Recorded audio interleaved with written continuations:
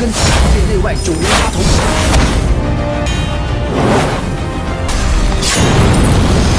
将迈2阵夺取4。 Oke, sekarang kita akan bertualang lagi bersama sebuah alur cerita film seru berjudul.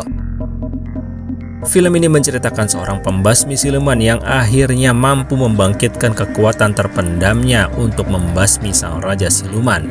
Raja Siluman yang berwujud naga ini pada awalnya sangat berbahaya bagi manusia. Namun bagaimanakah akhirnya? So, tanpa berlama-lama langsung aja kita mulai. Pada suatu hari, di sebuah puncak gunung terlihat seorang master pembasmi siluman yang dikenal dengan nama Guru Tian Xuan sedang berhadapan dengan Raja Segala Siluman yang merupakan seekor naga buas bernama Li Long. Sang master terpaksa turun tangan demi kedamaian umat manusia karena para pembasmi siluman lain sudah banyak yang menjadi korban. Kekuatan sang naga luar biasa hingga rantai suci milik Guru Tian Xuan pun belum maksimal melumpuhkannya. Pertarungan hidup dan mati terus berlanjut hingga akhirnya sang guru mengeluarkan teknik andalannya, yaitu jurus tapak suci pemusnah siluman.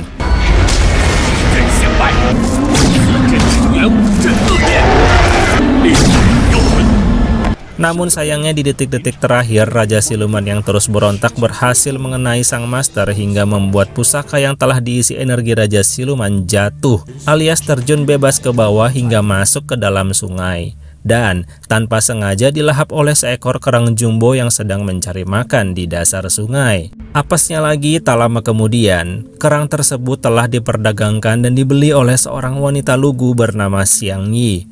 Saat ingin mengolahnya, Xiang Yi merasa aneh karena kerang tersebut menjauh. Karena itu ia pun langsung menangkapnya dan membuka paksa isi kerang, lalu ia terkejut menemukan benda aneh yang tanpa ia ketahui adalah sebuah pusaka berisi energi jahat sang naga Raja Siluman. Xiang Yi pun menyentuhnya hingga menyebabkan energi Raja Siluman terbebas, lalu dengan ganas merasukinya. Dan singkat cerita, beberapa tahun telah berlalu. Malam itu di desa Yunmen terlihat seseorang sedang berjalan di antara tubuh manusia yang sudah tak bernyawa. Kejadian mengerikan tersebut disebabkan oleh siluman yang mengamuk dan beritanya telah menyebar hingga ke desa sekitarnya. Salah satu desa terdekat pun merekrut seorang pembasmi siluman bernama Do Yao karena khawatir siluman jahat akan masuk ke desa mereka. Tanpa waktu lama, Do Yao mengeluarkan jurus pelacak dan boneka koinnya pun langsung berlari ke arah siluman berada. Dan benar saja, saat itu terlihat seorang pria telah menjadi korban siluman dan meninggal di tempat. Do Yao kembali melacak siluman hingga akhirnya menemukan seorang gadis yang terlihat lugu namun memiliki aura siluman yang amat sangat besar. Do Yao pun tanpa basa-basi menunjukkan kebolehannya. Jurus tali tembaga suci pun dikeluarkan hingga sang siluman menjadi terikat tak berdaya. Di situ Do Yao jelas tak mengetahui kalau gadis tersebut bukan murni siluman, melainkan tanpa sengaja telah membuka segel energi Raja Siluman yang menyebabkannya terinfeksi. Sedikit lagi Do Yao akan berhasil membunuhnya, namun tiba-tiba seorang biksu sakti datang menyelamatkan Xiang Yi, si gadis setengah siluman. Malam itu Do Yao pun harus menerima kegagalannya dan singkat waktu keesokan paginya Xiang Yi terbangun di kediaman biksu sakti. Ia pun langsung menasihati Xiang Yi agar dapat mengendalikan energi dahsyat dalam dirinya agar tak mencelakakan orang lain dan juga dirinya sendiri. Biksu sakti tersebut sangatlah baik sampai-sampai ia mengajak Xiang Yi untuk menjadi muridnya. Tapi mendengar hal itu, Xiang Yi justru jadi curiga tak percaya hingga akhirnya ia memukul kepala sang biksu dengan kayu yang ternyata tak berpengaruh apa-apa pada si biksu. Xiang Yi pun pergi menjauh ketakutan dan tak lama kemudian barulah si biksu melepas ekspresi yang sesungguhnya. So, dengan demikian, hari pun berlalu dan malam pun tiba di mana akhirnya Do Yao berhasil melacak dan menemukan Xiang Yi. Kali ini Do Yao terlihat sangat serius menghadapinya. Berbagai jurus ia keluarkan hingga akhirnya Xiang Yi berhasil diikat dengan sempurna dan para pembasmi siluman lain pun ikut membantu. Setelah itu Do Yao berlari ke rumah kepala desa untuk melaporkan keberhasilan misinya. Tapi ternyata kepala desa sedang sekarat sambil perlahan berkata bahwa pelakunya adalah seekor siluman ular yang baru saja pergi. Do Yao pun terkejut mendengarnya, sementara di luar Xiang Yi sudah mulai disiksa oleh para pembasmi siluman yang membantu Do Yao. Xiang Yi tampak kesakitan dengan jurus khusus untuk membunuh siluman. Tapi tak lama kemudian Do Yao langsung datang untuk mencegah penyiksaan berlanjut. Ia pun terpaksa harus bertarung dengan pembasmi siluman lainnya. Untungnya saat itu si biksu sakti juga datang menunjukkan kebolehannya, lalu membawa lari Xiang Yi yang disusul pula oleh Doyao. Scene berpindah ke kediaman biksu sakti yang sedang membantu Xiang Yi mengendalikan aliran energi jahatnya untuk sementara waktu. Beberapa saat kemudian, Doyao pun akhirnya sampai dan tak terima jika si biksu terus mengganggu misinya. Biksu sakti dengan santai menyuruh Doyao untuk mendengar kisah sebenarnya langsung dari Xiang Yi. Xiang Yi pun menceritakan kejadian sebenarnya. Ditambah ia juga menceritakan bahwa saat ia sadar dari kerasukan, tiba-tiba seluruh penduduk desanya telah binasa. Setelah itu akhirnya Doyao mempercayainya dan sadar bahwa dirinya belum bisa setajam biksu sakti dalam melihat kondisi atau keadaan yang sesungguhnya. Saat itu mereka berdua pun seketika berlutut kepada sang biksu sakti untuk dijadikan murid. Xiang Yi ingin belajar mengendalikan kekuatan silumannya, sedangkan Doyao ingin lebih kuat dan lebih tajam dalam mengasah insting pembasmi silumannya. Singkat cerita, setelah beberapa lama berlatih, Xiang Yi mulai bisa mengendalikan kekuatannya. Setelah itu, saat beristirahat, biksu sakti mengajak kedua muridnya berjalan-jalan santai. Namun, tiba-tiba hadirlah siluman ular yang selama ini telah membantai beberapa desa. Di situ akhirnya sang siluman mengungkapkan betapa senangnya dirinya bertemu Xiang Yi yang tanpa sengaja telah membebaskan dan mendapat energi Raja Siluman. Dirinya saat ini sedang ditugaskan untuk membunuh Xiang Yi dan mengambil energi Raja Siluman untuk dikembalikan ke pemilik aslinya, yang tak lain adalah Raja Siluman sang naga penghuni gunung. Setelah itu pertarungan sengit pun terjadi.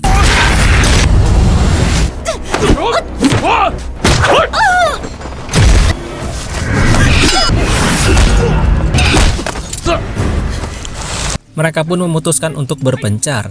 Namun, liciknya siluman ular justru kembali mengincar Doyao dan Xiang Yi yang terpisah dari sang biksu sakti.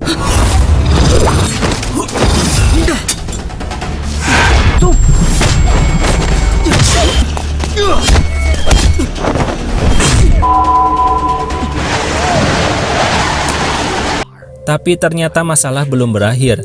Seketika datanglah siluman lainnya yang lebih kuat. Saat itu sang guru menyuruh Doyao untuk membawa pergi Xiang Yi yang terluka, sedangkan sang guru akan menghadapi siluman seorang diri. Doyao pun terpaksa pergi, sementara sang guru ternyata memperlihatkan ekspresi yang sangat tegang saat didatangi oleh sang siluman. Singkat cerita, setelah berlari meloloskan diri, malam itu Doyao dan Xiang Yi beristirahat hingga pagi pun tiba dan mereka kembali ke kediaman sang guru. Ternyata di sana sudah ada pembasmi siluman lain yang merasakan bekas energi jahat. Sesaat kemudian Doyao pun menyadari sebuah pesan yang terpahat di pohon yang mengisyaratkan bahwa guru mereka sudah menjadi sandera di desa Yunmen. So tanpa buang waktu, mereka bertiga pun segera berangkat ke desa tersebut dan benar saja. Sang guru telah terperangkap oleh sosok siluman kalajengking yang terlihat lebih sakti daripada siluman ular sebelumnya. Terlihat saat bertarung sang siluman mampu menghadapi 3 orang sekaligus.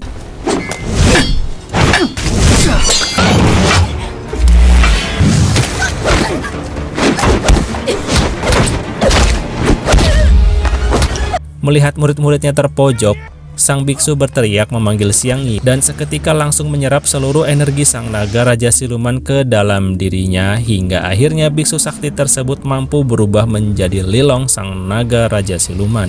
Tapi untungnya sekarang sang Raja Siluman berpihak pada Doyao dan kawan-kawan. Ia membantu menangkap siluman kalajengking hingga akhirnya Doyao bisa dengan leluasa mengeluarkan jurus pamungkasnya dan menyegel ruh dari siluman hingga tubuhnya binasa. Tapi sayangnya, walaupun sakti, tubuh yang sudah berumur tak mampu bertahan lama menampung energi siluman hingga sang biksu pun jatuh tak berdaya. Lalu berpesan pada Doyao jika tak ingin ada manusia yang menjadi korban lagi, maka Doyao harus ke Gunung Taiwu yang merupakan sarang para siluman. Tak lama kemudian sang guru pun meninggal setelah sebelumnya mengembalikan energi Raja Siluman kepada Xiang Yi. So dengan demikian mereka bertiga pun langsung berangkat ke Gunung Taiwu dengan dipenuhi amarah untuk membasmi seluruh siluman di sana. Singkat cerita, setelah sampai di puncak Gunung Taiwu, rupanya di sana berdiri Guru Tianxuan yang ternyata sejak awal menipu orang-orang yang menganggap dirinya sebagai pembasmi siluman yang handal. Padahal Guru Tianxuan ingin mendapatkan kekuatan seluruh siluman. So sekarang Guru Tianxuan telah berhasil membantai seluruh siluman, mendapatkan energinya, dan memiliki wujud siluman yang sangat kuat. Seketika Guru Tianxuan membawa mereka teleportasi ke sarangnya di sebuah gua. Di sana ia juga mengungkapkan bahwa saat ini dirinya tinggal mengambil energi Raja Siluman dari Xiang Yi agar dirinya bisa menjadi yang terkuat. So dengan demikian pertarungan tak seimbang pun tak terhindarkan. Hingga akhirnya salah satu pembasmi siluman harus meninggal di tempat. Setelah itu Xiang Yi pun mencoba menyerang, namun ia justru terdesak dan sang siluman berhasil mengekstrak energi Raja Siluman yang sekarang membuatnya menjadi siluman terkuat di bumi. Di saat-saat paling genting itulah akhirnya Do Yao berhasil membangkitkan kekuatan terpendamnya berupa jurus pedang raksasa pembasmi siluman. 跟其他对内外九龙八同。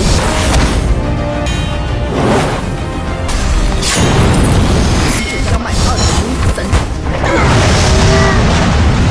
So, setelah sang Raja Siluman dikalahkan, dengan demikian kedamaian di muka bumi dari para siluman jahat telah kembali.